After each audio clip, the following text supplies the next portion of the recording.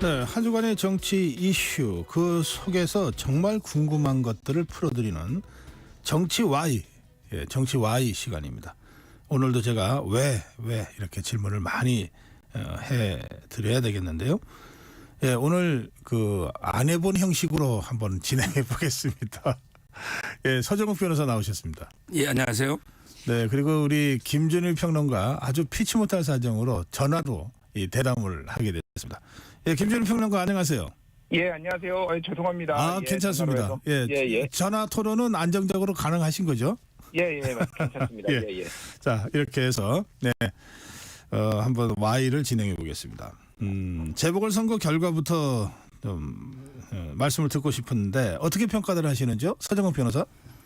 저는 이번에 보수층이나 아니면 이제 진보층도 다 위기감을 느끼고 직결한 게 아닌가 이렇게 봅니다. 현재 이재명 대표도 사법 리스크가 11월 달에 선고가 있거든요. 그러다 보니까 이제 좀 지지층이 결집했고, 그다음에 윤석열 대통령도 김건희 여사 문제나 여러 지금 지지율 문제, 이래서 보수층이 대결집을 해서 예상보다 이제 압도적인 표차로 부산에 승리한 게 아닌가 이렇게 봅니다. 김준일 평론가? 예, 4월 총선의 분위기가 그대로 이어졌다, 저는 이렇게 좀 평가를 하거든요. 그러니까 부산 같은 경우에도 4월 총선 때 민주당이 18석 중에서 15석 정도가 이제 오차범위 내에 있다, 많이 10석까지 가져올사 이렇게 얘기를 했지만 결과적으로 보면은 전재수 의원지였고 한 석만 가져왔잖아요. 그렇죠. 그러니까 보수 결집이 그때도 있었고 이번에도 있었다라는 거는 분명해 보이고요. 제가 주목한 거는 이번에 서울시 교육감 선거예요. 네. 왜 그러냐면 이게 정당의 꼬리표가 없었긴 하지만 사실상 소위 말하는 이제 진보 보수 대결이 이제 뚜렷했잖아요. 단일화까지 다 해가지고. 근데 이게 그러니까 득표율이 50대 46 정도 나왔거든요. 그러니까 네. 한 4%포인트인데 이게 무슨 의미냐면은 지난번에 4월 총선 때 국민의힘과 민주당의 전체 득표율의 격차가 5% 정도 나왔어요.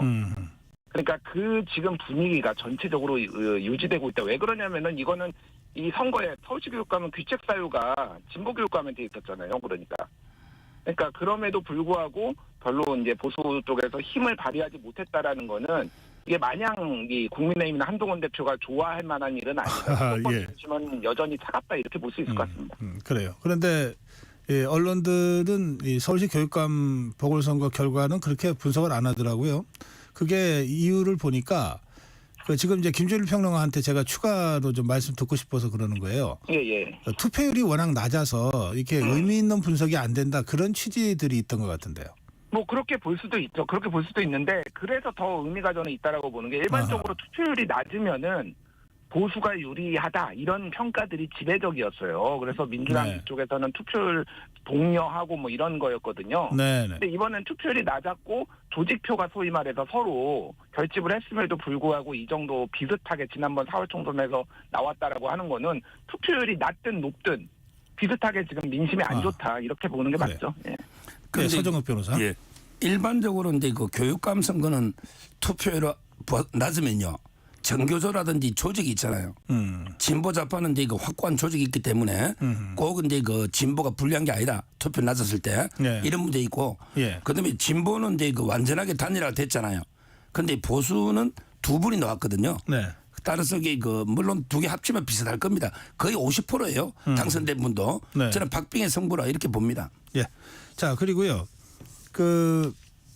조금 전에 조국혁신당의 황운하 원내대표하고 대담을 나눴는데, 대다수 언론에서는 이제 조국혁신당이 패배했다 이렇게 보도를 했는데, 황운하 원내대표는 애초에 조국혁신당이 세웠던 목표 30%를 곡성에서 달성했다.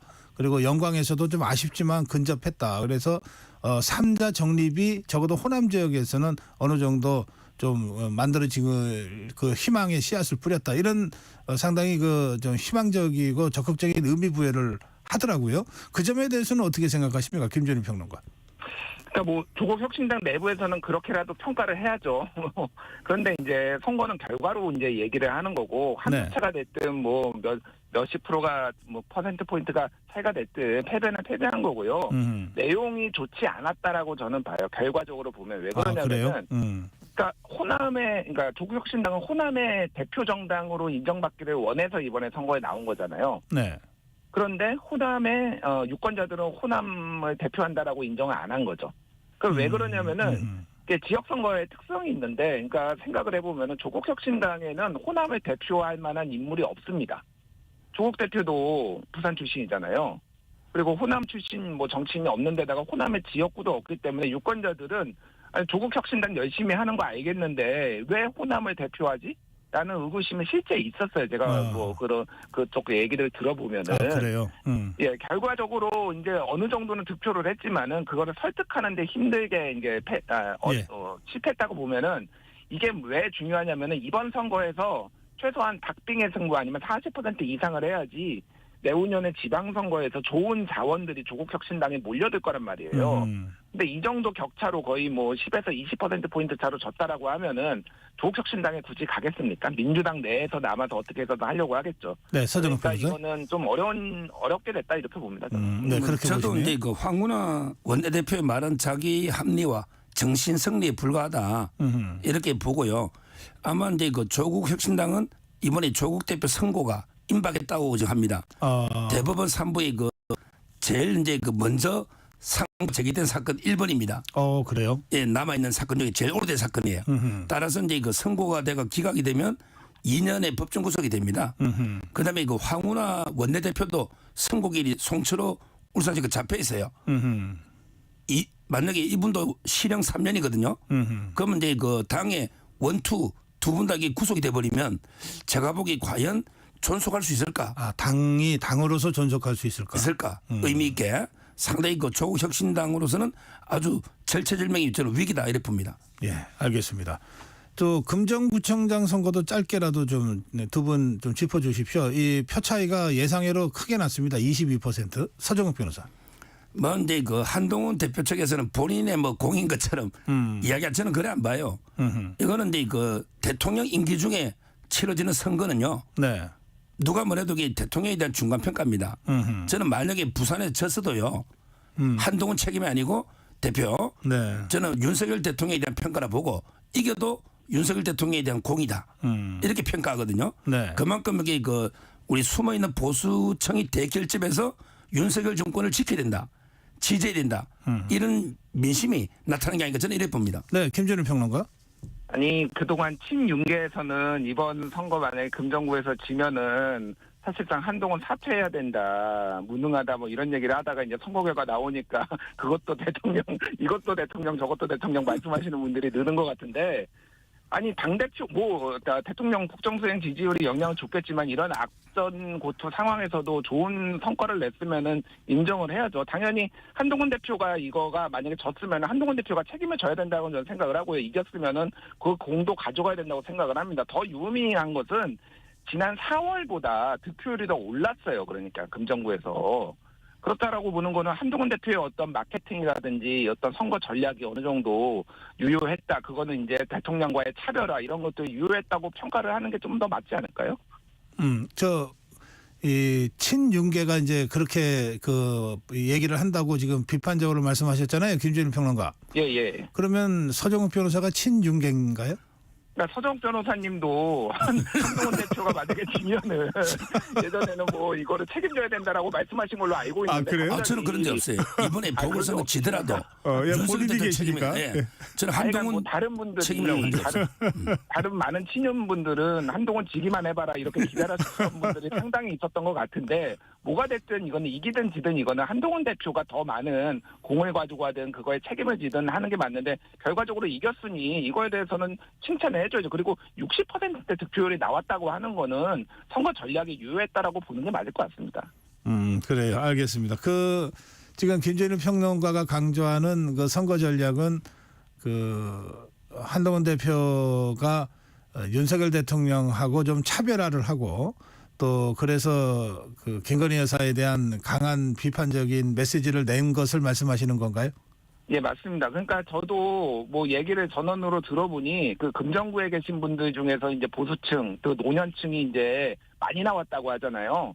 근데 한동훈이 만약에 여기서 부산 금정구에서 치면은 한동훈 정치 생명 끝날 수 있다. 한동훈한테 기회를 줘야 되는 거 아니냐 이런 인식을 가지고 나오신 분들이 꽤 된다고 합니다. 그러니까 이런 지금 뭐 꽉 막힌 정부 이거 김건희 여사 의혹으로 매일 도배가 되는 상황에서 보수층은 한동훈에게 그나마 희망이라도 걸어봐야 되겠다 이런 정서가 있었던 건 분명한 것 같습니다. 네, 그 점은 어떻게 보세요? 저는 좀 전에 말한 것처럼요. 네. 결국은 이제 그 진짜 대통령을 만약에 비판한다면 투표 가서 이렇게 안 해줍니다. 대통령을 이렇게 지켜야 된다. 이런 게 있고요. 저는 공을 굳이 뭐 서로에게 누구 때문에 이겼다 저다 이게 공 다투는 게 낯간지러운데 굳이 한다면요 후보도 묻히면 안 돼요. 윤일은 후보가 이게 참 이게 지역구 관리가 아주 좋아요.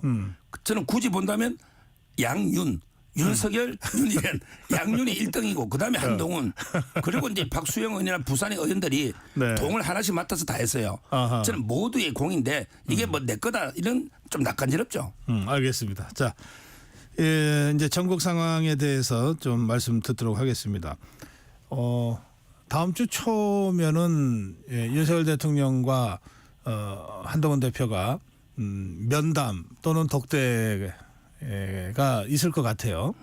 그런데 그 면담 또는 독대를 앞두고 한동훈 대표가 최고위원회의에서 김건희 여사는 세 가지를 뭐 해라 이런 식으로 이제 요구를 공개적으로 했어요. 그게 이제 대외 활동을 자제하라. 그리고 그 이른바 김건희 라인을 쇄신하라. 그다음에 마지막으로 이 여러 가지 의혹에 대해서 적극적으로 그 해명을 협조하라. 이 세 가지를 요구했잖아요. 어떻게 평가하세요, 서정은 변호사? 먼저 이제 그 대외 활동을 이번에는 중단이라는 말 썼거든요. 네. 그러면 이게 뭐 영부인 그 부부 외국 순방이나 이런까지 중단할 수는 없잖아요. 뭐 제가 보기 김정숙 여사처럼 혼자 영부인에게 타지 말 혼자 간다거나 이런 건 안 되지만 정상적인 부부 외교는 저는 필요하다. 따라서 무조건 이게 중단하는 건 상당히 부적절하다 보고요. 네. 두 번째는 이제 그 대통령실에 김건희 라인이 어디 있습니까? 지금 보면 황모 씨라는 분도요. 그 강릉에 이분이 윤석열 대통령 40년 지기 아들이에요. 그럼 이게 윤석열 라인이지 왜 그분이 갑자기 김건희 라인으로 둔갑합니까? 저는 대통령실에는 윤석열 라인밖에 없다. 이렇게 보고 있고요. 네. 마지막에는 이게 의미를 모르겠어요. 진상규명에 협조해라는 게 네. 뭐 특검을 하겠다는 건지 또 특검은 아니래요. 그럼 뭘 협조 어떻게 하라는 건지 그 구체적인 의미를 좀 설명해야 된다. 납득이 안 되는 제가 어떻게 그 의미가 너무 모호하다는 거죠. 네. 이렇게 세 가지를 저는 비판적으로 봅니다. 김준일 평론가? 일단 뭐 진상규명부터 얘기를 하면은 크게 두 축인 것 같습니다. 하나는 이제 김대남 전 선임행정관의 발언들과 관련해서 여러 가지 의혹이 있었잖아요. 공격 사주라든지 뭐 이런 것들에 대해서 당에서 지금 당무감사도 하고 윤리위도 소집한다고 하니 그 부분에 대해서 조금 협조를 하라 뭐 이런 거는 것 같고 또 하나는 이제 명태균 씨가 연일 이제 뭐 폭로 이런 뭐 발언들을 하고 있는데 이거에 대해서 대통령실이 해명을 한번 했다 하면은 다 오히려 논란이 커져요. 윤석열 대통령이 이제 후보 시절에 명태균이랑 두 번밖에 안 만났다라고 얘기했지만은 바로 다음 날 이게 거짓 해명으로 바로 반박이 됐잖아요. 뭐 네. 박완수, 김영선, 김종인, 이준석 이렇게만 해도 최소 4번이거든요. 그것도 그리고 지금 뭐 친오빠 논란 이게 뭐 오빠인지 윤석열 오빠인지 친오빠인지는 제가 모르겠으나 이게 뭐가 중요한지 모르겠으나 어쨌든 이것도 막 논란이 있단 말이에요. 이런 것들에 대해서 정확하고 이렇게 좀 해명을 해라. 명태균에 대해서도 지금 뭐 당무감사에 착수한다고 하니 그런 것들을 얘기하는 것 같고 김건희 여사 라인이 없다라고 저렇게 말씀을 하시면은 글쎄요 그러니까 국민들이 이미 인식하고 있는 거는 김대남 전 선임행정관 말도 그렇고 그러니까 거기 용산에는 두 가지 라인이 있는 것 같습니다. 김건희 라인과 워너비 김건희 라인. 김건희 라인이 못 돼가지고 김건희 라인이 되고 싶어서 안달난 사람들 이 두 부류가 있는 것 같아요. 이게 이 정도로 얘기가 나온다고 한다면 이거에 대해서 뭐가 됐든 실제 있든 없든 뭔가 조치를 강구해야 되는 거 아닌가요? 근데 없다라고만 저렇게 친윤 핵심인 우리 서정욱 변호사님 그런 분들이 없다라고만 하면은 이 사태가 해결되는 건지 참 궁금합니다. 예. 예. 아니 있든 없든 조치 없는데 무슨 조치를 취해요. 있든 없든 조치를 취해라. 이거 말이 안 되는 논리고요. 우리 옛날에 그 최순실 최서원 씨도요. 그때 뭐 최서원 라인이라고 다 했지만 지금 지나보면 그게 아니잖아요. 다 박근혜 대통령이 다 했지. 따라서 야당의 저는 상당히 부당한 프레임 공격인데 거기에 그 우리 여당 내에서 한동훈 대표 측이 야당하고 같이 대통령실을 공격하는 거는 저는 상당히 부적절하고요.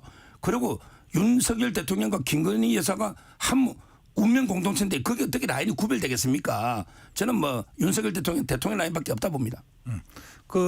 김준일 평론가는 우리 서정욱 변호사를 친윤으로 딱 규정하고 말씀을 하시는데 예. 김준일 평론가는 그럼 친한이신가요? 아니 저는 상황에 따라서 정치적 맥락에 따라서 제가 옳다고 생각하는 거를 얘기를 하는 거지 제가 솔직히 그러니까. 한동훈 대표를 응원할 일이 뭐가 있겠습니까? 그러니까요. 저는 우리 서정욱 변호사 의견에 동의하는 거 하나가 있는데요. 그래요. 예. 그러니까 지금 대외 활동 자제가 이제 해외 순방도 가지 말라는 거냐 뭐 이런 의견에 대해서 어느 정도 동의를 해요. 그러니까 대외 활동 자제가 어느 정도까지인 거를 좀 명확하게 할 필요가 있는 것 같고 또 하나는 이제는 뭐 대외 활동 자제나 여사 라인 정리만으로 해결될 때는 지났다. 어제 도이치모터스 주가 조작 이제 불기소로 이제는 특검을 이제 받을 것이냐 말 것이냐가 국민들이 가장 많이 요구하는 그런 건데 좀 굉장히 한가한 얘기를 지금 한동훈 대표가 하고 있다 이런 생각이 듭니다. 알겠습니다. 제가 그런 말씀 드린 거는 우리 전격 시사의 패널들께서는 그런 무슨 꼬리표 달고 토론하시는 것은 조금 넘어서 주셨으면 하는 바람으로 말씀드린 것이니까 그렇게 좀 소화시켜 주시면 좋겠고요.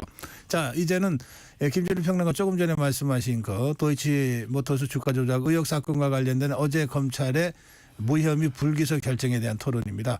김준일 평론가께서 먼저 시작하시죠. 그러니까 이거를 총평을 하자면요. 검찰은 여사님을 바보로 만들었고요.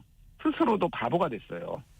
무슨 얘기냐면 어제 불기소하는 이유 중에 하나로 주가 관련 지식이나 전문성이 부족하다 이렇게 얘기를 했거든요. 그래서 그 방조범으로 이제 기소된 그 손모 씨, 유죄가 나온 손모 씨하고는 다르다라는 거예요. 그러니까 아무것도 모르는데 수억 원의 돈을 그냥 일임에서 맡겼는데 1차 주가 조작 때는 4,700만 원 손해가 나니 갑자기 천사 같은 펀드 매니저가 4,700만 원을 메꿔줬고요. 2차에서도 아무것도 모르고 계속 했는데 그 사람들은 주가 조작을 하고 있었고 결과적으로 보니 최은순, 김건희 두 사람의 통장에는 23억 원이 남아있더라. 이런 천사 같은 그 펀드 매니저를 저한테 조금 소개를 해주셨으면 좋겠다는 생각이 들고 이걸 누가 납득을 하겠습니까? 그동안에 많은 정황 증거들이 있는데 예를 들면은 그 주포 김모 씨, 민모 씨들이 다 유죄로 인정된 그 거래 7초 매매라고 하잖아요. 여기는 본인들이 주고받은 문자가 있는데 김건희 여사는 이건 본인이 했다라고 하거든요. 검찰은 선택적으로 김건희 여사 증언만 받아들입니다. 김건희 여사 본인이 했네. 그리고 그때 그들을 기소했던 검찰들은 의사 연락이 있었다. 권오수와 김건희 두 사람의 의사 연락이라고 한 거는 쉽게 얘기를 하면은 범죄를 모의했다는 얘기예요. 그렇게 판단했던 검찰과 지금 이번에 서울중앙지검에서 지금 사차장이 지금 이렇게 무혐의로 판단한 검찰이 그럼 뭐가 왜 달라졌는지를 정확하게 설명을 해줘야 되는데 본인들은 바보 행세를 하고 있어요. BP 패밀리도 나는 뭔지 모르겠다. 팬클럽이냐 뭐 이런 얘기까지 언론에 했더라고요. 그래서 바보 행세 참 잘한다 이런 생각이 듭니다. 서정욱 변호사.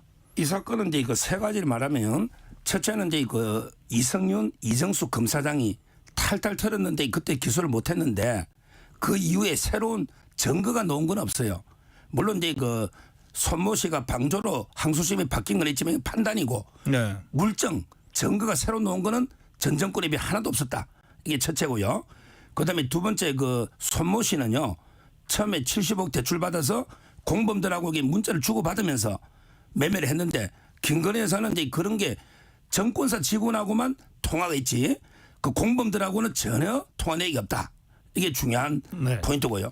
그다음에 마지막으로 세 번째는 공범자들끼리 자기들끼리 주고받은 녹취가 많아요. 거기에 보면 김건희 여사는 마치 이게 피해자인 것처럼 아무것도 모르는 것처럼 이런 수많은 오히려 유리한 녹취가 많이 나옵니다.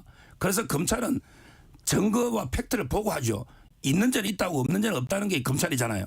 저는 소신껏 어제 레드팀까지 운영했어요. 1, 2, 3차장 다른 부장들까지 이래가지고 소신껏 내린 거다 이래 봅니다. 네, 어제 검찰이 한 4시간 가까이 이 설명을 하고 질의응답까지 했는데 그런데 지금 우리 두 패널께서 전혀 다른 그 평가를 하고 계십니다. 김준일 평론가 다시 반론하시겠습니까? 네, 짧게 반론하겠습니다. 그러니까 김건희 여사가 뭐 관여 안 했다 뭐 이런 증거도 있는데 반대로 최근에 이제 JTBC나 언론 보도로 많이 나온 게 예를 들면은 그 주가 조작 선수인 김 씨가 수배 시절에 작성한 편지는 내가 가장 우려한 거는 김건희 여사만 빠지고 우리만 달리는 상황, 그러니까 우리만 깜빵 가는 상황 뭐 이런 것도 얘기를 했다라고 하고 BP 패밀리, 소위 말해서 BP 패밀리에 김건희 여사가 5명 중에 1명으로 민모 씨도 들어가지 못한 주범 중에 1명인 민모 씨도 못 들어간 데 들어가 있다라는 얘기도 있고 반대 증거도 있잖아요. 그러니까 제가 말하는 거는 이게 100% 유죄인지 무죄인지 모릅니다. 근데 일반적으로 이런 상황이면은 검찰은 법원의 판단을 구해보는 거예요. 검찰이 원래 그렇게 수사해서 유죄가 100% 아니더라도 법원의 판단을 구해보는 게 그동안 검찰이 했던 거 아닙니까? 근데 왜 유독 이게 검찰은 지금 김건희 여사한테 유리한 것만 이렇게 체리피킹 하듯이 취사 선택을 해가지고 이거를 불기소 무혐의를 하냐고요. 그러니까 이거를 그냥 쉽게 얘기해서 여기에 김건희가 아니라 김준일이 이런 거 했으면은 제가 나만 알겠습니까? 바로 구속이에요. 바로 구속. 사람 모든 국민들이 그렇게 생각을 합니다. 이거에 대해서 어떻게 저렇게 말씀하시는지 참 궁금합니다. 네, 서정욱 변호사. 원래 이제 그 주가 조작이나 범죄자들은요 유명인이 있으면 그분들을 방패막이로 많이 이용해요. 그러니까 이제 BP 패밀리나 또는 이제 우리만 엮이는 거 아니야? 이런 거는 이게 그 증거가 아니고요. 그냥 범죄자들이 하는 방패막이로 하는 이야기지 그게 물증은 아니잖아요. 그다음에 조금 전에 김준일 평론가님이 민모 씨 주포 이야기했잖아요. 원래 7초 매매 통정했다고 거기에 보면 이제 민모 씨한테 권오수 회장이 사라고 이야기 노는데 그 민모도 기소가 안 됐어요. 제가 판결문 9명 보면 민씨가 없습니다. 그런데 민모도 주포도 기소 안 했는데 어떻게 김건희에서 기소합니까? 이거는 뭐 저는 법리적으로 분명하다 봅니다. 네, 알겠습니다. 자, 문제는 이렇게 해서 검찰이 어제 최종적으로 무혐의 불기소 결정을 내렸기 때문에 이게 검찰에서는 이제 더 이상 번복이 안 됩니다. 그런데 정치적으로는 이게 다시 그 야권의 강력한 김건희 특검법 공세로 나올 것 같고 또 한동훈 대표 쪽에 그 강력한 또 내부 문제 제기에 직면할 것 같거든요. 그러니까 이 검찰의 불기소 결정 이후에 이 정치 상황에 대해서 한번 어떻게 전망하시는지 서정욱 변호사. 지금 이제 그 특검법을 막 개별 특검이 한 13개인가 14개인가 될 거예요. 또 막 몇 개를 더 추가했어요. 네. 그다음에 그 상설 특검이라 해가지고 거기도 보면 이제 뭐 여러 가지 또 한 몇 개를 해가지고 상설 특검 2개 특검을 막 동시에 추진하고 있습니다. 그런데 저는 이런 식으로 이게 특검에 많은 걸 넣을수록 무리하게 했잖아요. 예를 들어 명태균 씨 의혹마더라도 아무런 이게 범죄가 될 만한 법적으로 문제되는 건 없거든요. 지금 딱 대통령이 되고 나서 국정농단이나 아니면 이게 공천에 정확하게 개입했다는 게 없잖아요. 이렇게 무분별하게 특검에 열수록 오히려 반대 명분이 높아지는 거예요. 그래서 결론적으로 이번에 거부권을 하면요. 전에 4표가 이탈했잖아요. 네. 이번에도 저는 4표 이상 이탈은 어렵다 봐요. 만약에 이 특검이 그대로 통과되면 13개 혐의가 그대로 되면요. 아마 국민의힘 의원 중에 절반 이상 압수수색 당할 겁니다. 워낙 혐의가 광범위하기 때문에 네. 혐의가 많아질수록 이게 무리하게 특검이었기 때문에 저는 뭐 찬성표가 늘어나지 않는다. 전에처럼 그 정도 나올 겁니다. 김준일 평론가. 어제 이제 한동훈 대표가 이 불기소에 대해서는 검찰이 오늘 발표한 수사 결과 설명에 대해 국민들이 납득하시지 지켜볼 필요가 있다라고 얘기를 했고 특검법 민주당에 발의한 특검법에 대해서는 법안을 보지 못했다. 뭐 신재호 부총장도 차분히 냉정하게 판단하겠다 이런 얘기를 했어요. 그러니까 미묘한 기류 변화가 읽힙니다. 쉽게 얘기를 하면은 무조건 이제 반대한다, 원천적으로 안 된다라는 게 아니라 상황을 좀 보겠다라는 겁니다. 지금 어제 불기소, 검찰의 불기소는 이거는 엄청난 자충수가 될 것이고 지금 뭐 민심이 지금 부글부글 끓고 있어요. 지금 어떻게 23억 원이 통장에 꽂히는데 이게 이거 한 번도 의심을 안 하고 그렇게 했느냐. 이거는 뭐 정황 증거도 있고 말이 안 된다라고 보기 때문에 결국은 저는 민주당에서도 전략적으로 다른 특검보다는 김건희 여사 특검에 지금 집중한다라고 하고 한동훈 대표도 김건희 여사 의혹은 해소해야 된다라고 얘기를 하고 있기 때문에 결과적으로 보면은 이거는 상당히 뭐 앞으로 어떻게 될지 모르겠지만 다음 주에 이제 독대를 지켜봐야 되겠지만은 특검법 통과 가능성이 점점 높아지고 있다. 뭐 이 정도인 것 같습니다. 네, 이제 마지막 주제 짧게라도 토론하고 가겠습니다. 명태균 씨 그 사태인데요. 예, 김준일 평론가.